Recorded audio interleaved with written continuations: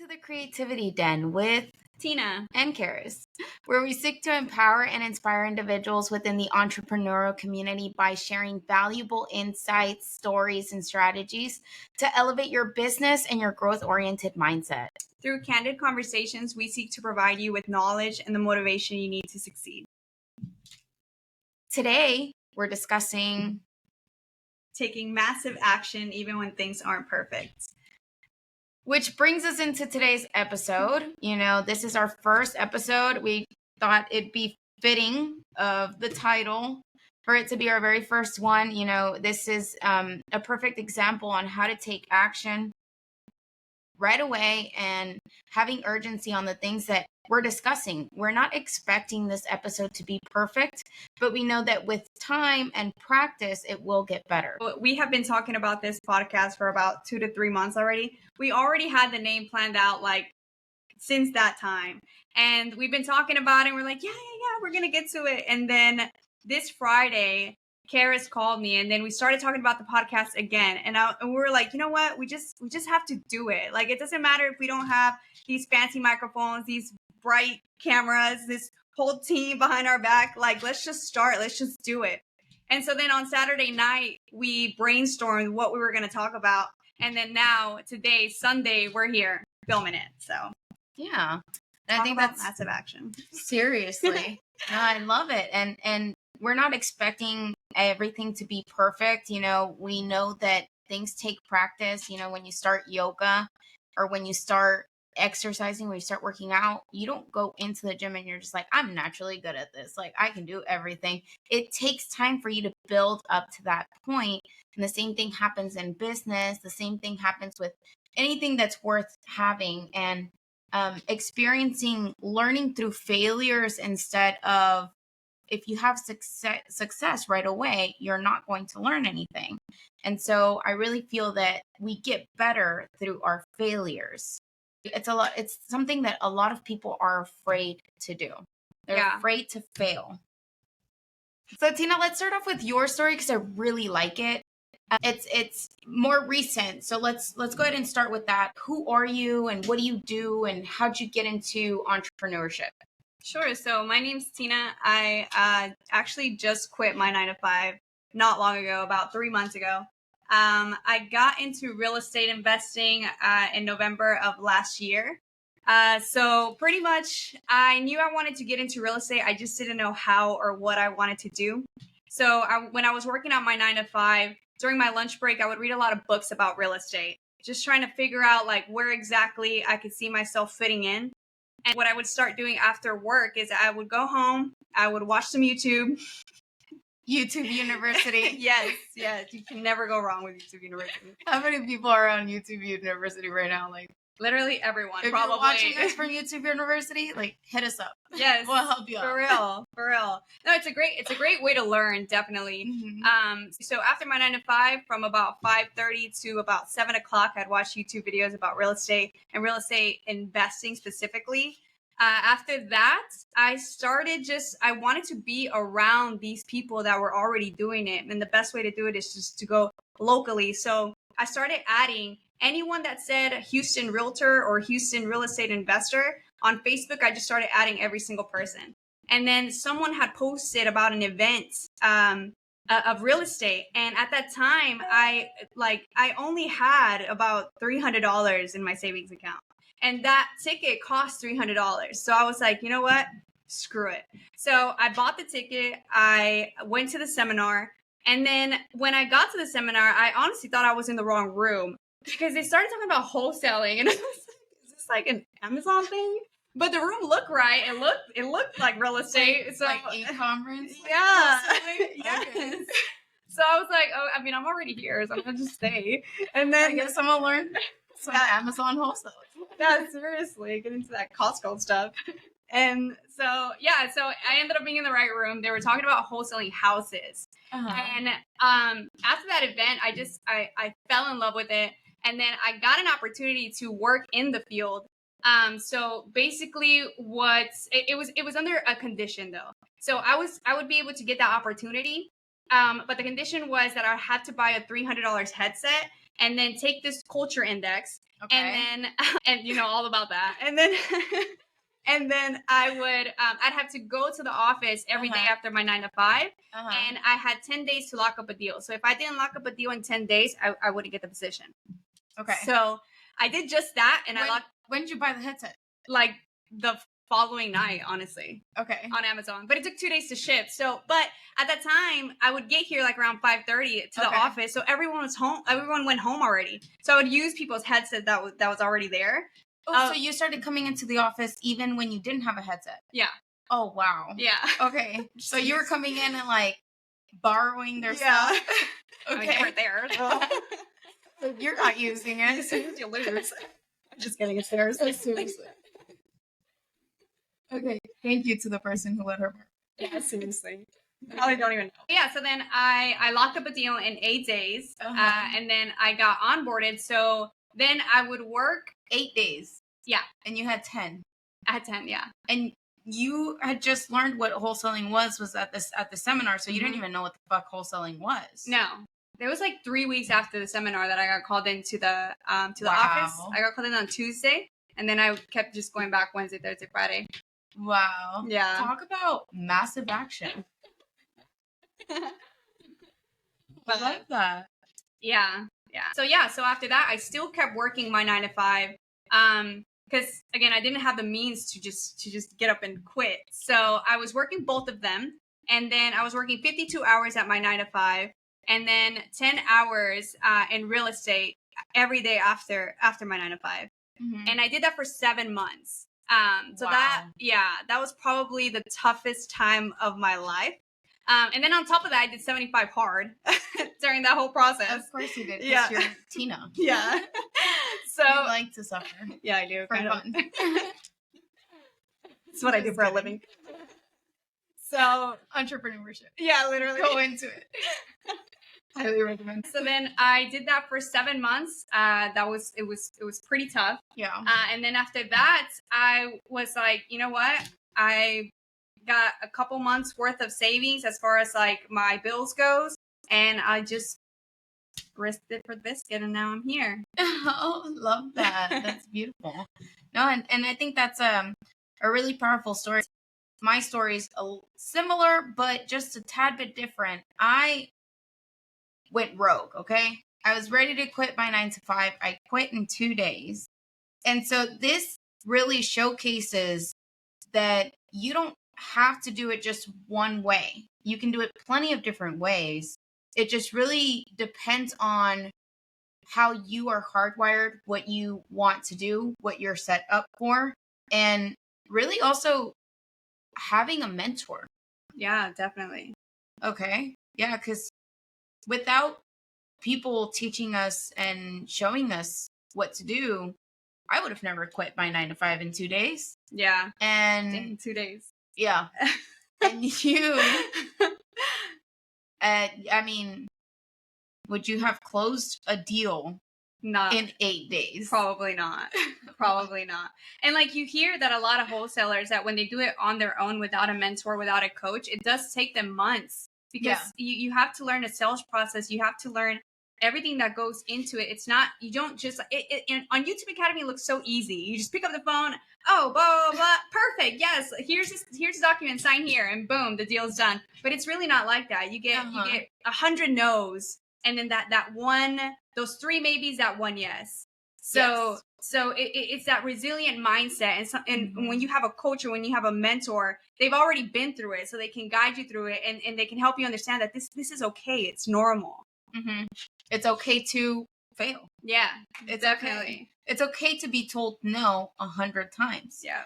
At the same time, it's also, it's about asking the right questions, asking powerful questions, speaking to people, knowing what you're saying, knowing real estate, yes, but it's also about being okay with rejection, being okay with the numbers game. Yeah. And being okay with failure, right? A big part of our success have been working with others who have already failed, and then also us not being scared to fail. Right. And taking massive action. You know, you took massive action, you bought your headphones, you came in here every single day, even when you had a 9 to 5. So you were working a 9 to 5 plus you were doing real estate investments part-time. Right. And you did that for 7 months plus doing 75 hard because you're crazy. And so it goes to show that if you really want something, you're gonna make the fucking time for it. That's right. And also, it's really important, like I said, to find someone who's already doing it. Otherwise, it's gonna either take your time or it's gonna take your money. Yep. Yeah. That's right. And there's not just one way to do it. Yeah.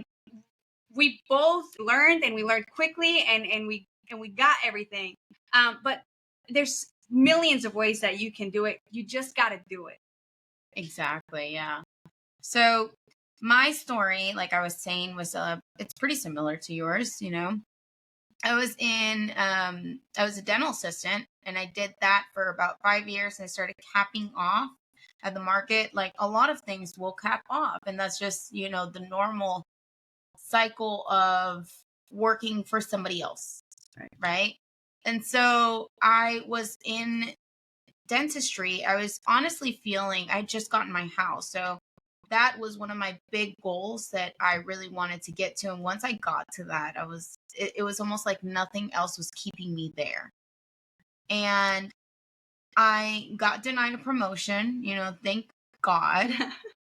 And I was really feeling every day when I would go into work, and I'd do my best. I honestly would. I'm very, very optimistic. I'm a very optimistic person. And so I would do my best, and I'd be driving to work, and I'd be like, yeah, today's going to be a great day. Wait, sorry to interrupt. Why did you say thank God when you didn't get that promotion? Because now in retrospect, like that's a blessing. I would not be here. I possibly wouldn't be in real estate investments. I possibly wouldn't have the history that I had if I had gotten that promotion. Sure. So when you see things as a negative, it's really God just redirecting you into another path. That's right. That's how I choose to see things. Like I said, I'm very optimistic. So for me, it was like, thank God that I didn't get that promotion, because it really pushed me to look outside of where my small world was, which was, I was thinking I was going to be a dental hygienist, and then one day I was going to be a doctor, and it was with Dr. Karis Prado. There you go. Which, you know, you never know. But, yeah. But in that journey, I was reading books, and I was reading Think and Grow Rich, and that book just completely spoke to me. And everything that Think and Grow Rich was talking about, I was like, that's me. I have a burning desire. And so it was all aligned perfectly, and it was really God's timing. And I went into my then manager's office, and I knew I didn't want to be in dental assisting anymore. And hygiene school didn't come around until the following year, and I was like, I definitely can't do this for another year. And so I went into her office, and I was telling her how I was feeling, and she said, well, why don't you go try different things? You know, I'm like working on getting my real estate license. And that kind of opened the door, and I was like, what can I do? And I started asking God to bring in people into my life that were young professionals, that were different than the people who I had around me. Who had a different mindset, who wanted bigger things, who had bigger visions. And I met people right away. And I asked someone if I could go into their office to see what they did. And by 11 a.m., I was hooked. Okay. And what did it for me was really sales and psychology. I know that it's different for different people. People want to get into real estate primarily. Most of the time, what I hear is financial freedom. And I'm definitely in it now for financial freedom. But my gateway was sales and psychology. I love psychology and how we function and how we think and why we are the way that we are. And so that really pulled me in. And 2 days later, I went to work, because it was the weekend. So then I went to work and told my manager, hey, I am going to have to go part-time. And she said, I'll think about it. To which I was like, what do you mean you have to think about it? So I go around the office, I come right back in, and I'm like, I'm going to have to quit. And she's like, what? What do you mean you're going to quit? That's crazy. That's not how things are done. And I was like, but I have a burning desire and I have to do it now. I read a book. I read a book. Love it. And so that's the story of how I got into real estate investments. Now, fast forward, I did acquisitions for 2 years. I've actually done everything in wholesaling. I did dispositions, I did acquisitions, I did TC. I'm not good at TC. I suck at the details. But the important thing is, even while I was already in entrepreneurship, I tried different things to see. I was really ultimately looking for my passion. Once again, my burning desire. What was the thing that lights me up? What do I love to do? Because in entrepreneurship, you're not here to collect a paycheck. You basically don't really get paid until you actually do something. That's right. And so it's depending on the value that you provide to the marketplace. And what I did was I tried and tested many different things, and I went through trial and error, and I tried everything until I started asking myself the question of what are my strengths? What am I good at? What do I love to do? And very quickly the answer came up, and I love to coach people. I love to inspire others. I love to build teams. I love to manage teams. And that's currently what I'm doing right now. And it was really God's plan. And because I took action throughout the whole way, it slowly directed me there. Sweet. God did. Yeah. It's like, you find your thing by trying new things. Yeah. Trying and failing. And so now you're CEO of your own coaching company. Yeah. So we have virtual assistants. They're all over the world. I've built a team, which I feel is not only just like building and managing teams isn't not only difficult, but imagine them not being there physically. How do you keep people motivated? And so I do that virtually with people that I've never met before from all over the world, from Egypt, from South America. And it's genuinely something that I love to do. I feel such a strong connection to my team. It's like if I do know them physically. And I had the opportunity to meet one of our lovely, beautiful assistants recently, and you met her too. Yeah. That was beautiful. Yeah, she came into town and we had the pleasure to meet her.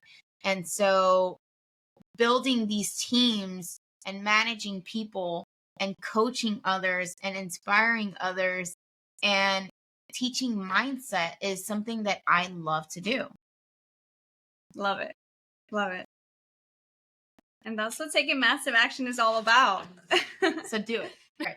So actually, to piggyback off what you just said, that you don't have to work that hard anymore. I also feel that it comes in seasons. So anytime that you're starting something new, let's say, for example, you start a new company and you're doing something different, it comes in seasons, just Right. as you have winter, you have summer, you have spring, you have fall. Sometimes when you're in your winter season or when you're in your spring season and you're planting things, and that's when you really, really work hard. And so maybe right now you might be experiencing a little bit of a fall season where you're cultivating and harvesting the things that you have planted, right? And so I think it's really important to understand that any time that you're doing something that is worth having and worth doing, it's going to take some fucking work. Yeah. Okay. That's right. I love that analogy. That's wonderful. Mm-hmm. Yeah.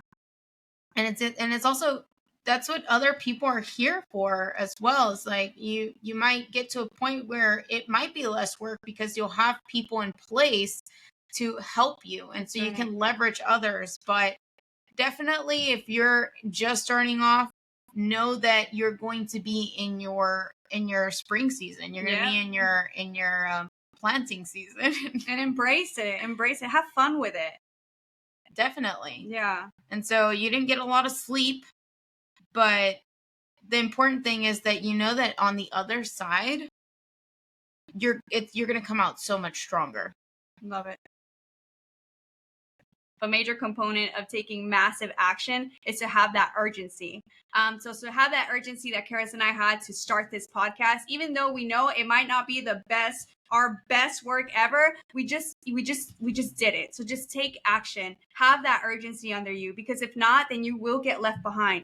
So think of something, just remember what's on the other side, take action, be disciplined, stay committed, and you'll get exactly where you want to be.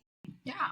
And I'd say follow your heart. That's right. Like, do things that are calling to you. Don't, you can follow people and you can do things the way that they're doing them, but at the end of the day, you got to follow what feels good to you. Right. But do it now. Yeah. All right, you guys, thank you for joining us today, and see you on the next episode. No, I'm just kidding.